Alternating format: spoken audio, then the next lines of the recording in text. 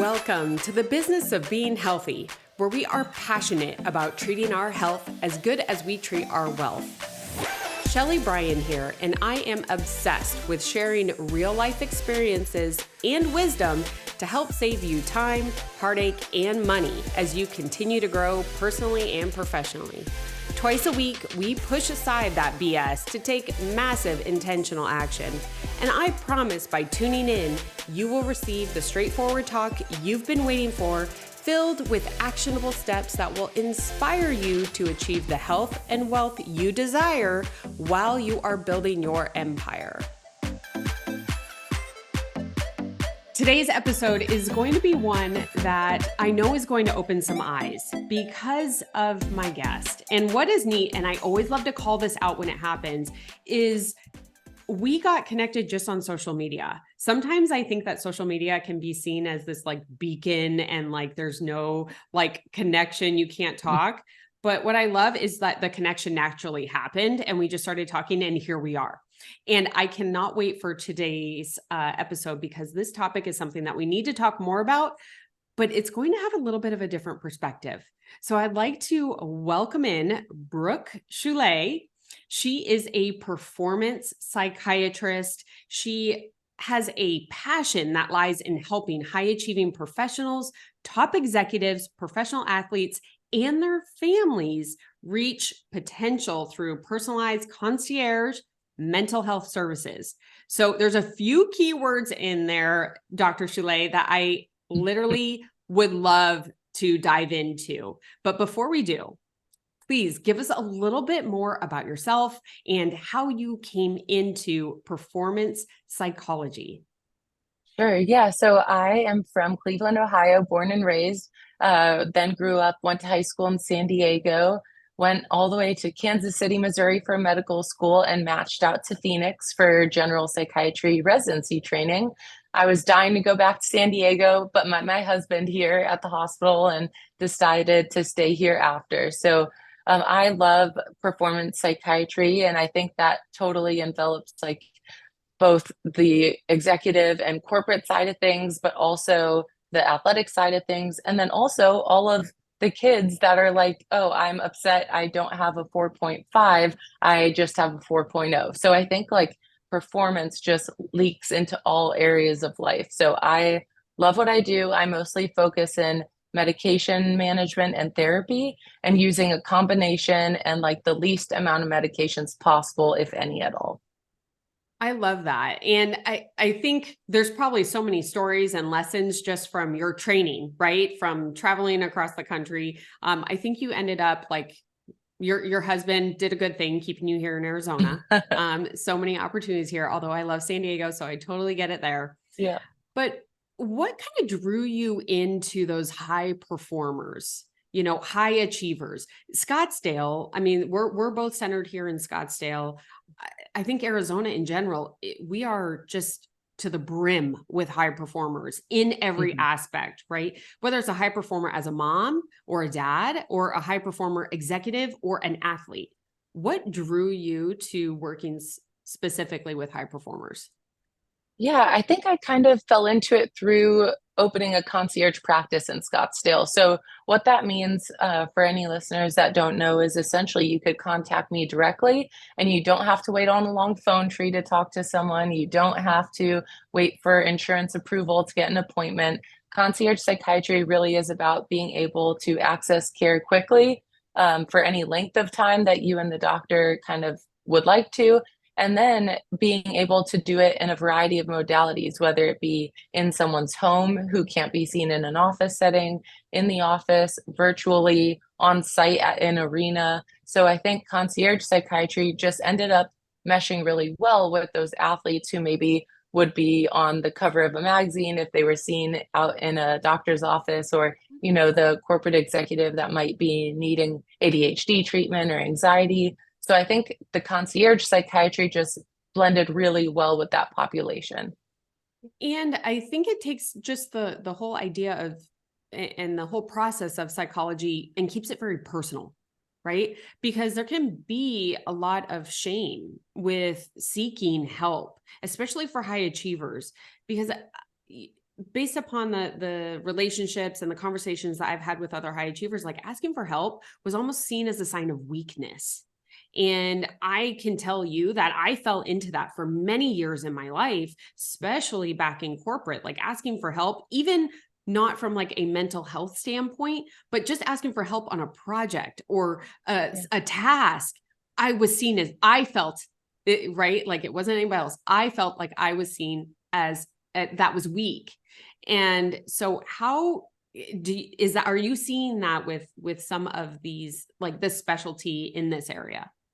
Yeah, I think it's so person dependent. And then just to touch on too, there's a slight difference between psychologists and psychiatrists. So psychiatrists go to medical school and then they could prescribe medication and they could do therapy. And then psychologists complete a PhD or a PsyD doctorate program and do therapy alone without medication, at least for now. There's some states that are looking to have psychologists prescribe.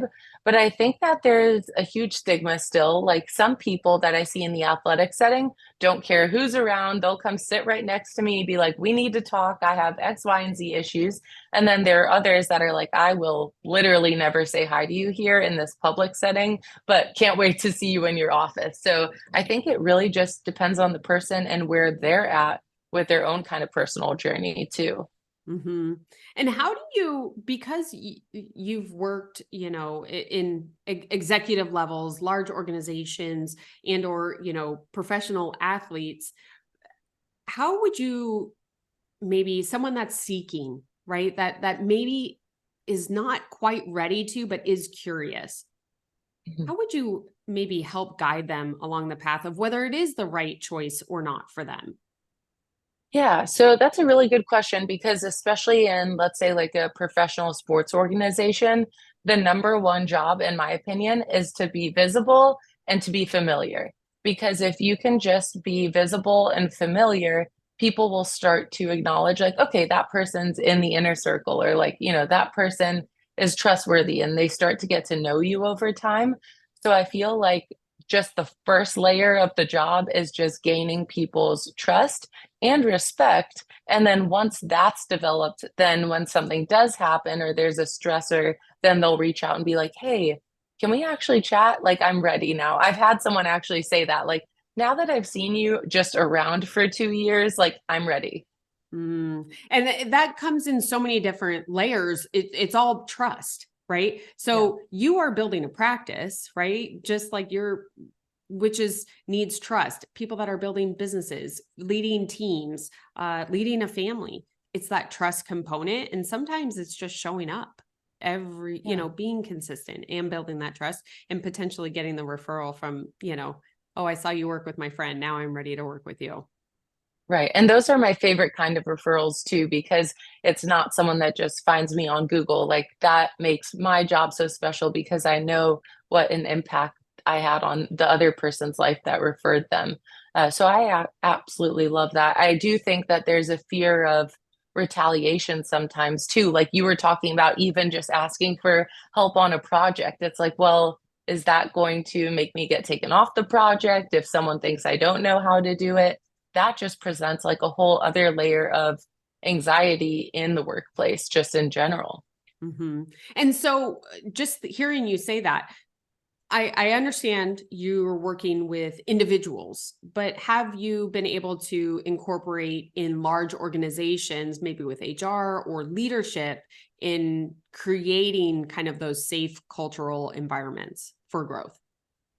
Yeah, I always think that those things are a work in progress because no matter how good of a place an organization gets to, there's always more work to be done. So that is something I've had the fortunate ability to start building, but it's just so complicated because there are always going to be those people that almost fear that someone else has, quote, too much information in their mind, even though my job as a medical doctor is to come in and provide, like you said, individual services. So the organizational side of things, I just see as like purely education. Like, how can I educate you so that you understand how valuable that this can be for not only the employees' lives individually, but for your organization's performance in general? Because if people are happy in their personal life, they will perform better in their professional life.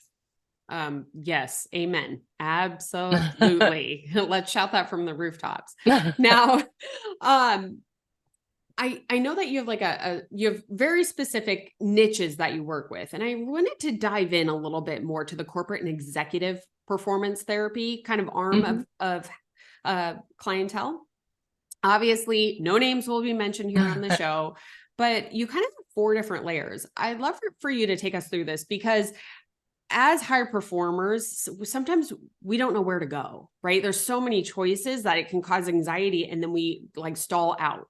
And a high achiever, and I'm sure based upon your experience, you'll be able to share this with us. Even when you look at more in the limelight, like professional athletes, they have so many different coaches and so many different layers underneath where why would we even think for a second that that couldn't be applied to the executive professional level, you know, within our careers. So I'd love for you to kind of dive into that a little bit and let's see how we can maybe kind of open up and clear some things up. Right. I think that's a really good point because using the word coaching almost too, there's like, if you imagine seeing like you're watching a basketball game or a football game and the coach is just losing their mind on the side and yelling or whatever they might be doing. In my opinion, like a coach is telling someone what to do. Do this. Here's where you can improve. Do this better. And what I think is there's a lot of executive coaches out there. But what I think is the really like fine-tuned difference with executive and performance therapy is that you're not telling them what to do. You're collaborating and having a conversation so that they can identify for themselves what might be things that they're lacking or could improve on or what their strengths are. Because someone who recognizes it themselves and it comes from the subconscious up to their conscious mind, they have more incentive to want to make changes. Whereas if a coach is just telling you like, great job today, but you need to get 5 more assists and, you know, 3 baskets and whatever, like that just feels like more noise. That is more anxiety provoking and more clutter. So I feel like the executive performance therapy is really unique where you're collaborating with someone to help them uncover for themselves what are areas for improvement and what they do well to then hone in on those skills to excel. I seriously, I want to like put that on repeat because I love how you broke that down, right? The therapy versus the coaching. And I think that this is really powerful because right now, there is such an abundance of coaches and I'm, if you're on YouTube, coaches in air quotes, right? Like you deal with or work with athletic coaches. That's a different type of coach, but I'm thinking like coaches, people that call themselves coaches all the time. And it's funny, it's almost like I love that example that you gave of someone telling you what you should be doing.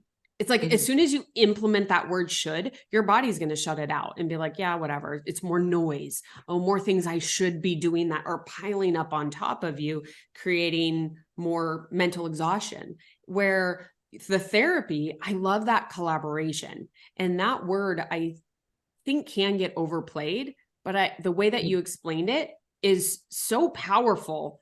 And I think can be really helpful for anyone tuning in right now. If you are looking for someone to partner with, to help you, refer back to that, where Dr. Choulet actually just shared the difference between a coach and a therapist and the difference that can come from it. Right. And it's tough too, because like you said, there's so many coaches out there and there's so many therapists out there. It's like, how do you figure out what's different or what's actually the right way to do things or what works for you? And so the first question I ask people when they come into my office and tell me that they're working with a therapist is, well, what kind of therapy are you doing? Like, are you just chit-chatting? Are you building skills? Like, what is it that you're doing? Because there's great people in every profession, but there's also some people that are more, you know, challenging to work with, or you're not noticing progress immediately. So I think that's so critical is, are you just like having a conversation? Are you being told what to do and making yourself feel worse and worsening your cognitive distortions? Or are you working with someone to unravel some of those things and then gain your own motivation to move forward and do better? Oh gosh, I love that. And let's dive in real quick on motivation because I mean, I can tell you from my personal experience, just with me, is once I truly understood like why I'm doing these things, why we are, my husband and I, we have a construction company, and why we are building that company. It's changed everything, right? The hard days, I don't want to say become easier, but you can work through the mud to actually do the things that are going to make a difference. How do you help people find a motivation? Because I think that right now, and what I hear consistently out there is it's like the pedestal isn't enough. Right. I think that's a really tough one for some people because when they come through my door, they've usually gotten to a place where they're wanting to make a change, right? I don't see people often because I don't take insurance. So people who are coming here are really kind of invested in their own improvement and well-being. And I think that another thing to remember as a coach, as a, therapist, as a psychiatrist, is you really have to remember to reflect back on what the client is wanting to improve on, because you might have in your mind what you think they should be improving on.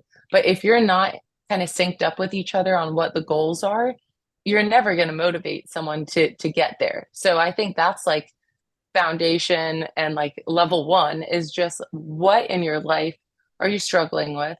And once we identify that, where are you at in wanting to make changes there? And there's a whole thing called motivational interviewing where, let's say, like, I have a 16-year-old who comes in and is smoking marijuana every day. And the parents' goal might be for them to stop smoking. But rather than just getting there, I first like to ask, well, what benefits do you get out of smoking every day? What are some of the consequences you get out of smoking every day? And then on a scale of 1 to 100, like, where are you at in your motivation to make a change? And if they say 50, well, then you say, well, what are the things that are holding you back from being a 60? And that's the slow and steady kind of steps to instilling change and getting someone to be motivated, is they have to come to that conclusion themselves. Gosh, I love that. And if you just heard that, it was the questions, right? In that example that you gave us, it was the questions to really like, that was a perfect demonstration of the collaboration of therapy rather than just strictly coaching. So I really, really love that. And it's, the parents had a different goal versus the patient, and so that can have totally different things, how do you balance that with someone that maybe even came in, like, let's go back to the executive level or like a business owner. That's mostly my audience here tuning in. I'd love to have all the, professional sports players, but we're going to stick with my crowd, which is the executives and business owners, where they almost feel like a little lost, being able to come to their why, their goal. How would you help someone along that? Yeah, I like to really zoom out and look at the big picture. So I think goal setting is really, if it's done the right way, like I think that word is way overused and it's like, well, what does that even mean? But I really like to create every new year, which we're coming up on a new year here. I like to create 3 domains of goals and 3 goals for each domain. So you have personal, professional, and then health/spiritual. And so I think that first identifying a goal is really helpful for business owners, because you could have a business owner that's like, oh, well, I just want to like make a ton of money this year. And it's like, well, what does that actually mean? Does that mean like a 50% kind of like profit margin? What does that mean to you? Let's actually give yourself some tangible goals. Like, I think that's the thing I see all the time is, well, I just want to have more patients, or I just want to be, have more clients or make more money or take more vacation. Well, what are actual tangible bite-sized steps you can get to get to that goal? So I think that's like the biggest thing, is goal setting in a way that is actually tangible to get to those things, not just making some vague general statement. And it's funny, I'm like sitting here as you're sharing this, and the vague general statements, it's almost like that's a red flag, right? Could that be seen as a red flag? Like if someone is driving around right now or running on a treadmill, listening to this, and they're kind of more in this vague land, would you consider that a sign that maybe they truly don't know what the actual goal is or where they want to go? Yeah, and I think that for some people too, their anxiety can be so much that they almost feel stuck and like paralyzed to making a decision because they want to make sure it's the right decision. Well, that wanting to make the right decision may cost you a year's worth of time of thinking about it. So I think that I don't necessarily consider it a red flag, but I think it's just an indicator that something needs to change. Because I work with a lot of doctors who are wanting to start a practice and doing some consulting work for that. And they're like, I want to build a private practice and not be bound to hospital insurance and corporate medicine and all that good stuff. But I think sometimes I see a lot of business owners just get stuck in that process of going from point A to point B. I heard this, I'm trying to remember where I heard this the other day, but like the feeling of sad is like you don't have a choice to make. So you feel like despair and sadness, where anxiety can stem from like you have so many choices that it's almost debilitating and causes anxiety for you.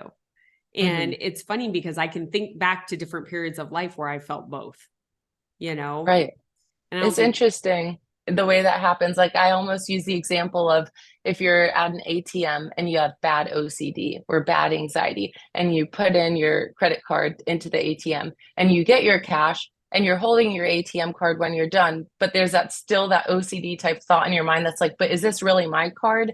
Is there another card in there? Is my card stuck in there? And you just get stuck in this repetitive thought pattern, which takes me to like what I always talk to people about with worry or anxiety. Is it a productive anxiety where there's something actionable that you could do something about? Or is it an unproductive anxiety? For example, I'm going to get fired. And that anxiety is really unproductive because there's nothing you could really do about that to make that thought go away in your mind. So, how can you turn something into a productive anxiety with that example of, okay, well, I don't want to get fired. So, here are 3 steps I can make to do better in my job. And I think a lot of people get stuck in that unproductive anxiety and can't move forward from there. so what I absolutely loved about what you just shared was it's almost labeling. And this can Mhm. happen, right? Because we can be like, oh, well, I have anxiety or my child has anxiety.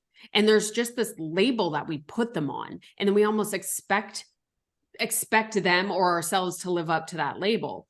You added 2 additional words, right? To it, unproductive or productive. And it changes the entire meaning of the word. Mhm.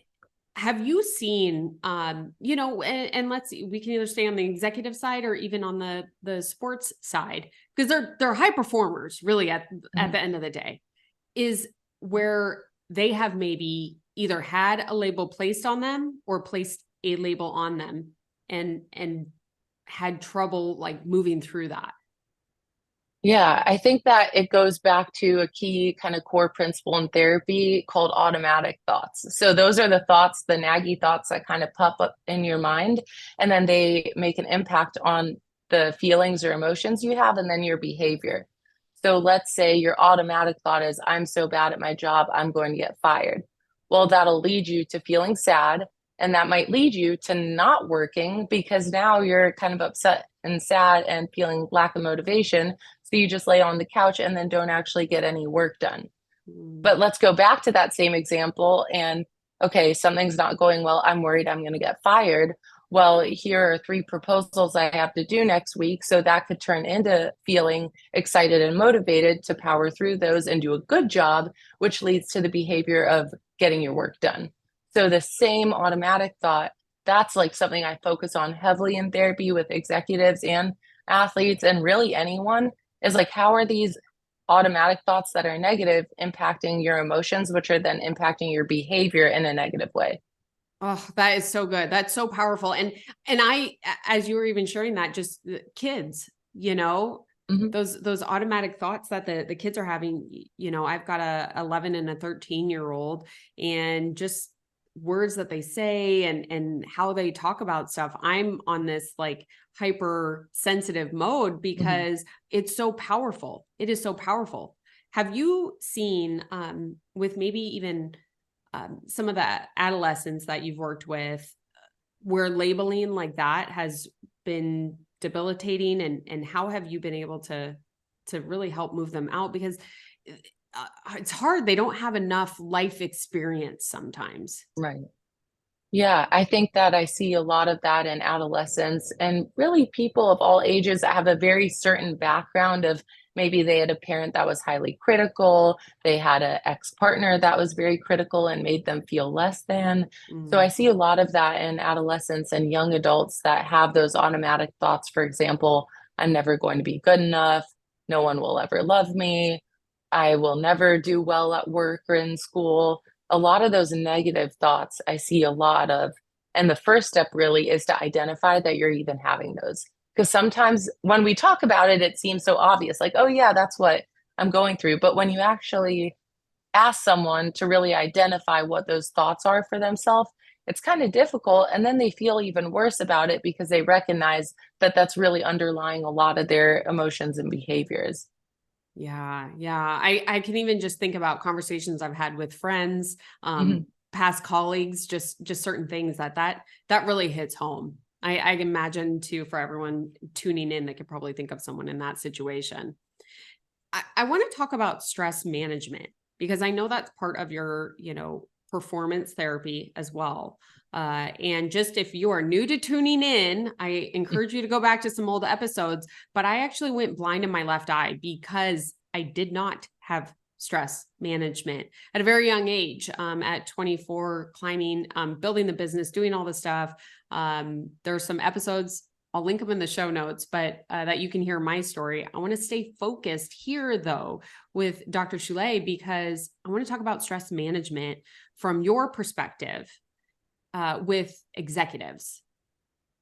Yeah, I think as silly as this sounds, I tell people that, okay, you schedule clients into your day. You said you're a business owner and you work in construction. Like you schedule things. That's you have to do that to be successful in your work. You have to have good time management. And for the most part, high achievers and people that are successful, corporate, athletes, whatever, they have a pretty good ability to manage their work schedules. But Mm. I tell people if you can manage your work schedule, why can't you schedule in time for yourself? And the most common answer is, well, I just don't feel productive. I need to feel productive. Why would I schedule an hour a day to be not productive? And I reframe it for them that in fact it is productive because imagine a red Solo cup that has a little hole at the bottom. And as you go throughout your day, you are just draining liquid bit by bit from the bottom of that cup. Well, what are you doing each day to fill that cup back up so that when you do this whole thing the next day, you're with it and you have good energy and good focus. And I think reframing it like that for people is really powerful because go get that hour-long manicure during your lunch break or go get your hair done. Do something that makes you feel good. Have breakfast with a friend before you go into work. I know you could schedule because you do it for your work. So build in those times during your day where you're doing something that fills that cup back up. Yeah, I think that's something with high performers is we are thinking about everyone else and we are Mhm. pouring into everybody else. Meanwhile, our hole in the cup is getting Yeah. bigger and bigger and bigger. And Mhm. you can't pour from an empty cup at the end of the Right. day. And I love the examples that you gave. I think there can be a stigma out there, and here on the business of being healthy, right? It's about showing the correlation between business and health. And that was a perfect Mhm. example. This whole conversation is, but it doesn't have to be this like hour-long gym workout with a trainer that you paid, and then you have to only eat certain macros, and it's like Mhm. more restriction. It's like, what is going to make you feel better so that you can actually go help those people, go lead that team in a better way. Yeah, and I think it just goes back to feeling that constant need to be productive. So the gym one's a perfect example. It's like, well, if I'm going to take an hour off work, I better go work out or do something productive.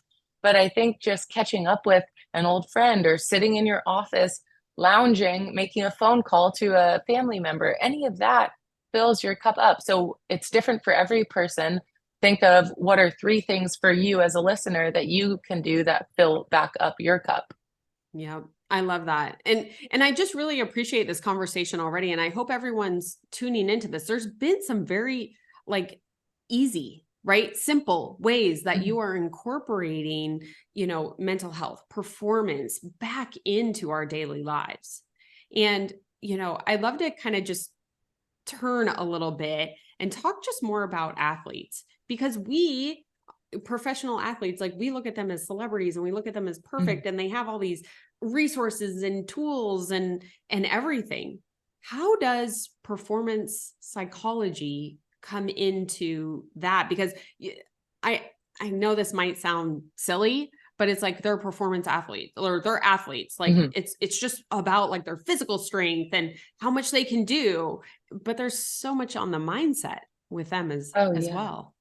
There is, and I think that all the professional sporting leagues are a little bit behind the times on where we're at with mental health. But Formula Medicine, for example, they have it down. Like they have a mind gym that is just as big as their physical body gym that has different modalities of mindfulness and yoga and meditation and different things like that that are so important to preparation for the game. And there's so many different ways we could take this, but later I want to touch on habits because of how important that is.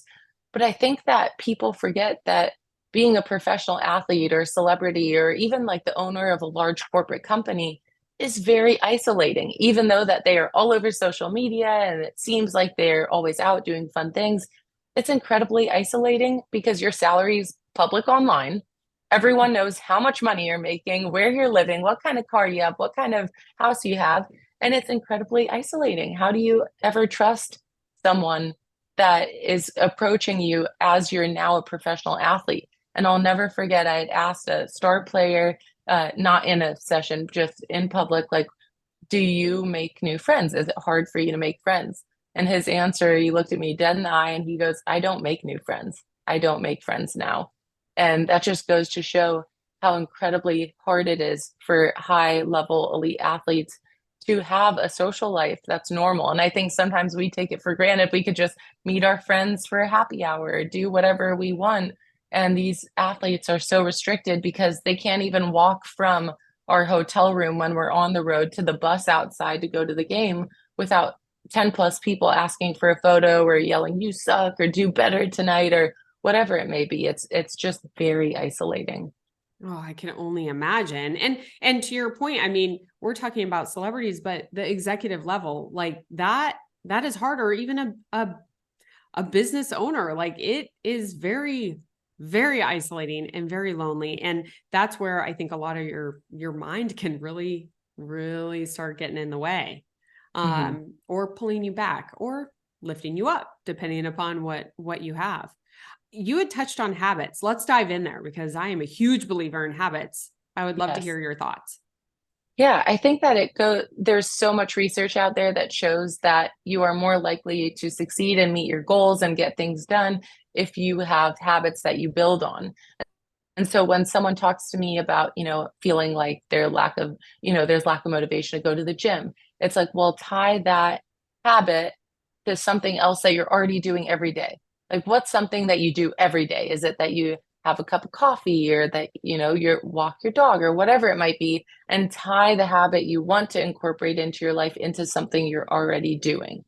So I think that the athletes, the executives, the people I see that are really excelling and performing to a whole different level have really good structure in their day-to-day routine. They have a good balance of everything and there's no unpredictable, things happening on game day. They wake up, they do X, Y, and Z in the same order. Like there's very structured routine and habits that they build upon.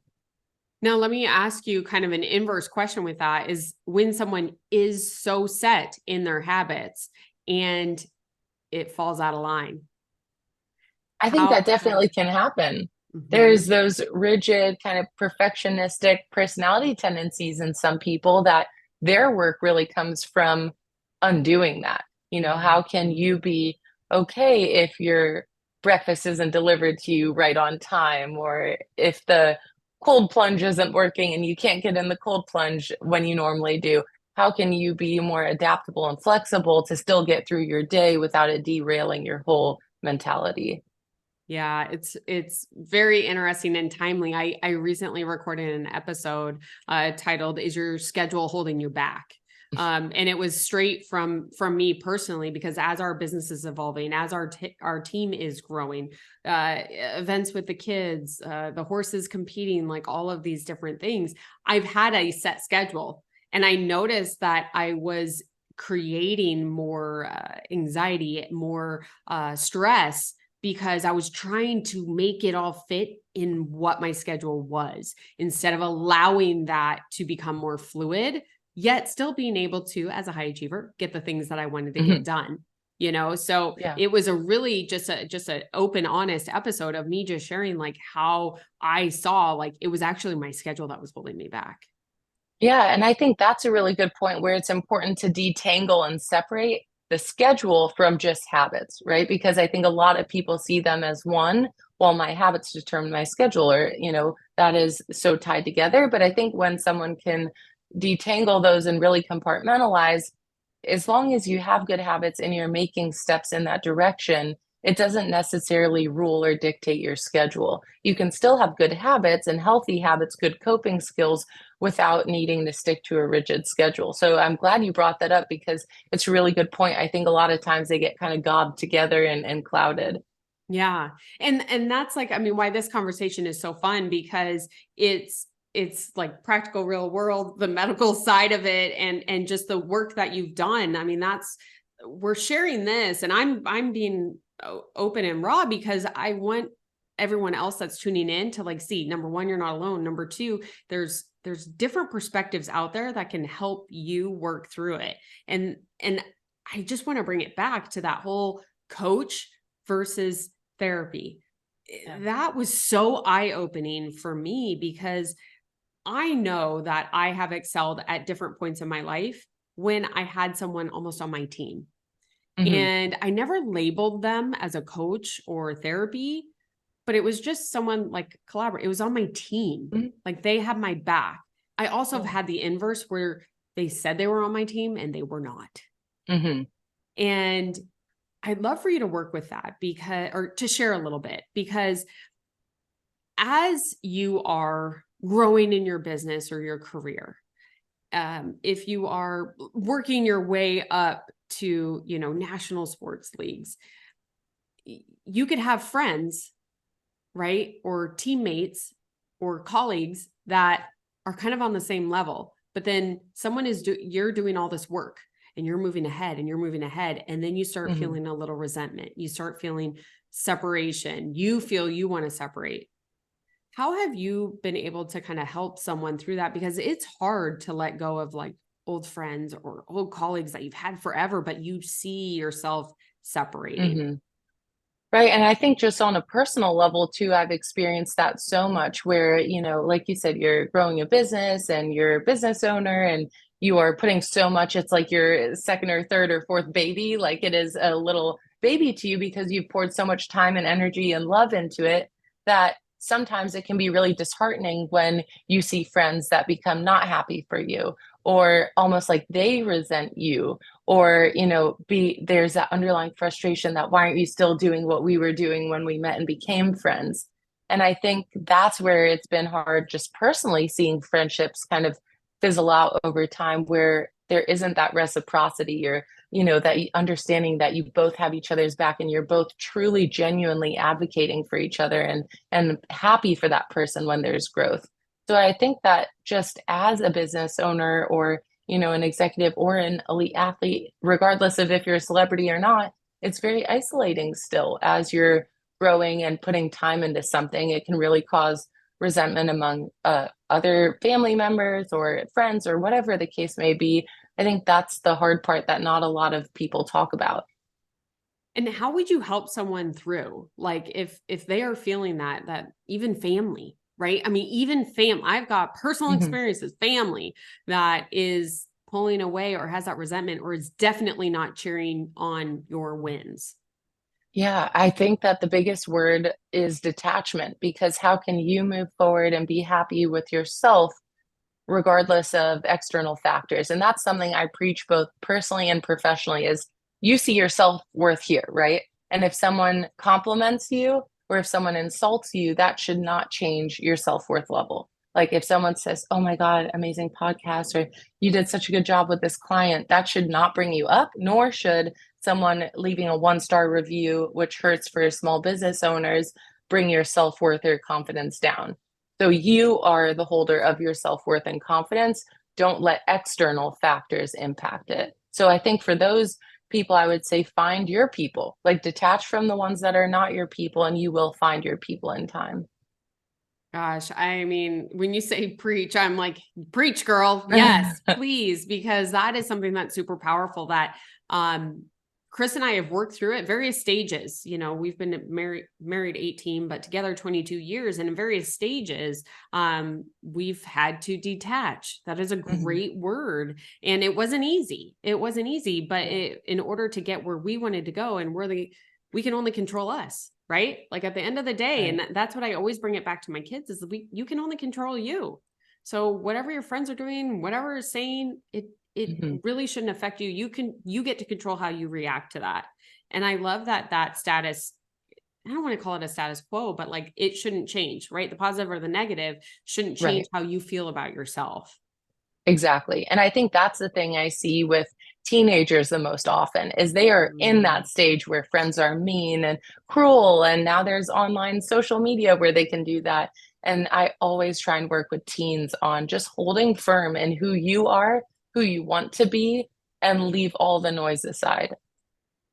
It's so powerful. I mean, I was just on a walk with my daughter, my 11-year-old, Mhm. and we have our walks and just asking. I just ask a bunch of open-ended questions, and Mhm. there's the cool kids at school that were being bullies, and so we just were talking about it, and it's interesting. Obviously, the conversations that I'm having with an 11-year-old, I never had as 11, so that Mhm. already for me is like wow. But Yeah. it's really seeing how instrumental that conversation can be. And Mhm. I think it even goes with your team, right? Leading a team, being a leader in your household. I'm a huge Mhm. advocate of that, but that's my number one job.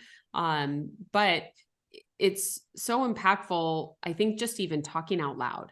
And that's where I could see like having a collaborator, like a psychiatrist, like yourself Mhm. could just be so powerful to work through a lot of stuff rather than someone telling you what you should or shouldn't do.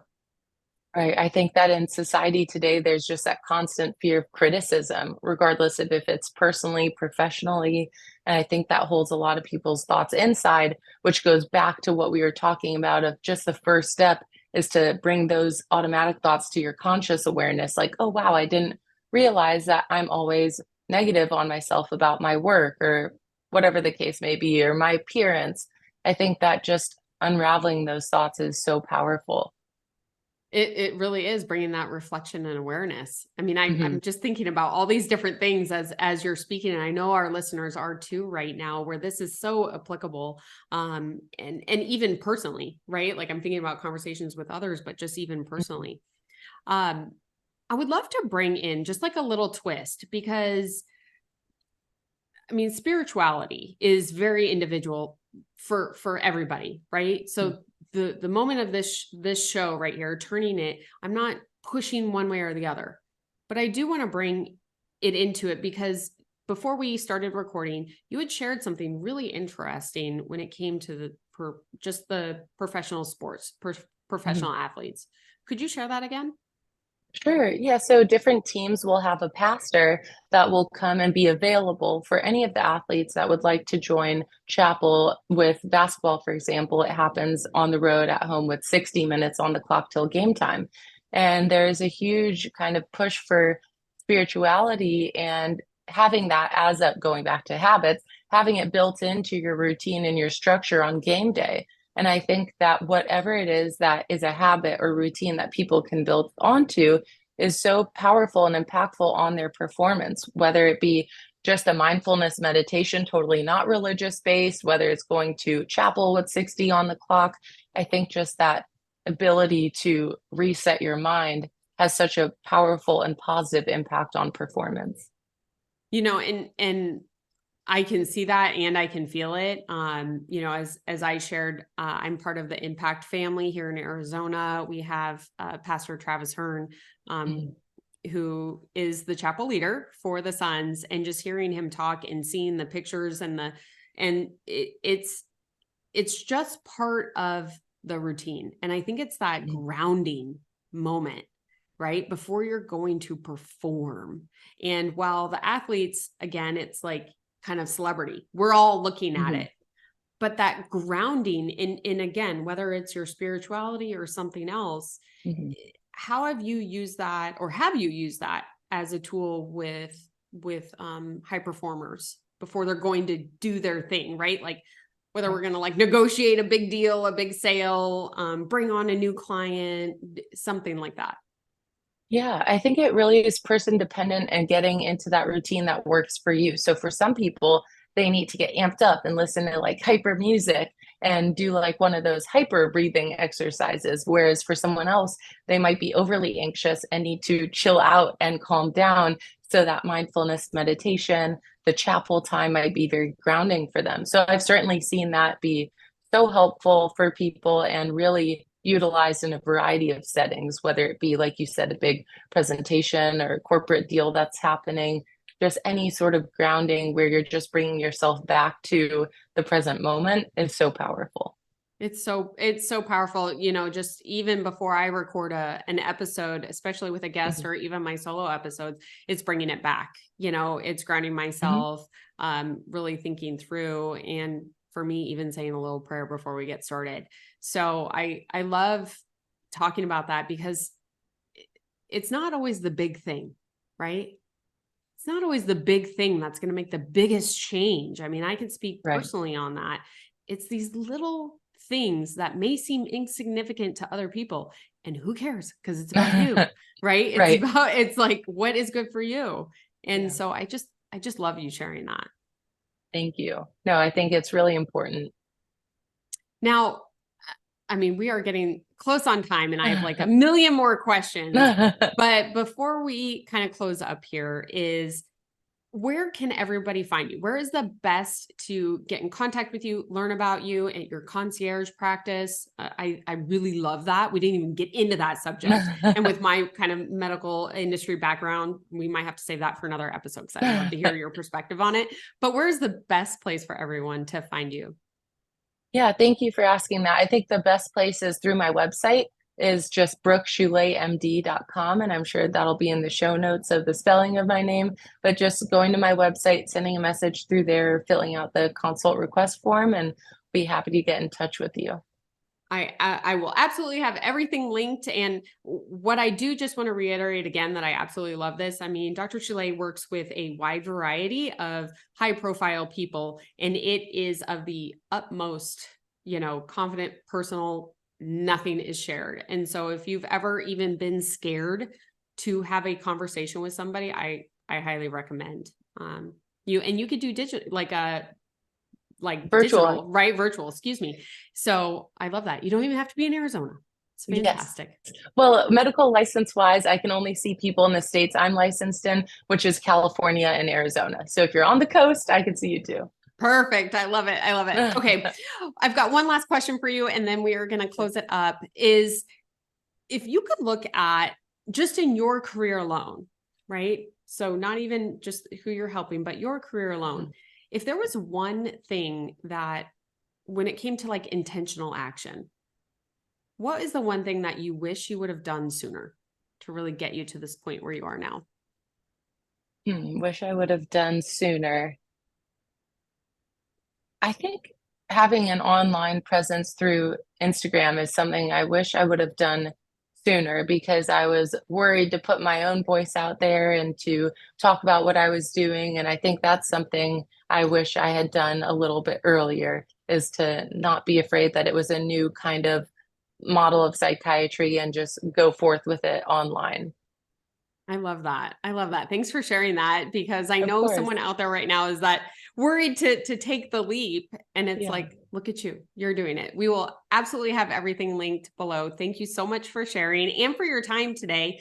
If you found value in this, right? If this struck a chord with you, if this conversation kind of provided a new perspective, know that you're not alone. And so by sharing it out, you could be the hero for someone else. So I would love for you to share it out, tag both of us in it. We will absolutely share and give you all the love. Thanks so much for tuning in. Thank you.